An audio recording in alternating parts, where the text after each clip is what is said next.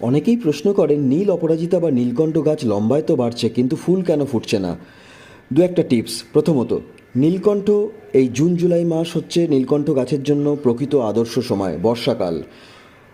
এবং নীলকণ্ঠ একটি semi shaded plant, এটি একটি আউটডোর প্ল্যান্ট নয়। চেষ্টা করুন এই প্ল্যান্টটিকে মাটির পটে বসাতে, প্লাস্টিক পটে নয়। সকালে ঘণ্টাখানেক রোদই যথেষ্ট এই গাছের জন্য। লক্ষ্য রাখবেন মাটি যেন ময়েস্ট থাকে, পুরো শুকিয়ে না যায়। দ্বিতীয়ত, শুকনো ফুল ফেলে দিয়ে বোঁটাটিও কেটে দিন যাতে গাছ বীজ তৈরিতে মন বেশি না দিতে পারে।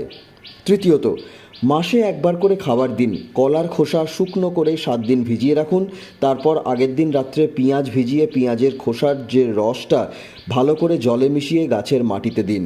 চতুর্থ বা লাস্ট, এই গাছ অ্যাসিডিক সয়েল পছন্দ করে, তাই মাসে একবার 1 টিস্পুন ভিনিগার পরিষ্কার জলে আরও গুলে গাছে স্প্রে করুন। কমেন্টসে জানান আপনার নীলকণ্ঠ গাছের কী কী পরিবর্তন হলো এই সমস্তগুলো কাজগুলো করার পর।